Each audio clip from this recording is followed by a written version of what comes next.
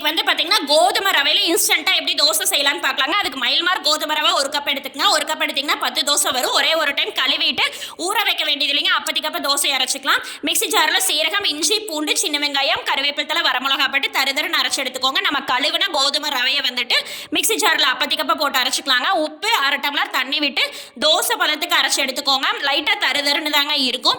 அதுக்கப்புறம் அரிசி மாவு வந்து 2 டேபிள் ஸ்பூன் ஆட் பண்ணிக்கோங்க. அரிசி மாவு வந்துட்டு தோசை மொறுமொறுன்னு வரக்காக தான் ஆட் பண்ணுறேங்க.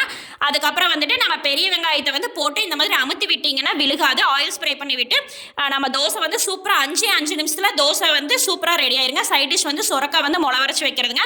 வெங்காயம் தக்காளி போட்டு கறி மசால் பொடி போட்டு பேஸ்ட் அரைச்சி வச்சுக்கோங்க. அதுக்கப்புறம் எண்ணெய் விட்டு கடுகு கருவேப்பிலை போட்டு சுரக்காய் நல்லா வணங்க விட்டதுக்கப்புறம் இந்த பேஸ்ட் எடுத்து ஊற்றினீங்கன்னா சூப்பராக நம்மளுக்கு ரெடி ஆயிருங்க. கோதுமை தோசை சுரக்காய் குழம்பு சூப்பராக இருக்குங்க. ட்ரை பண்ணி பாருங்கள். அதுக்கப்புறம் சோம்பு டீக்கு வந்து 1.5 டம்ளர் தண்ணி விட்டு சோம்பு 1/2 டேபிள் ஸ்பூன் போட்டு கொதிக்க விட்டிங்கன்னா இது நல்லா டைஜஷனுக்கு சூப்பராக உதவுங்க.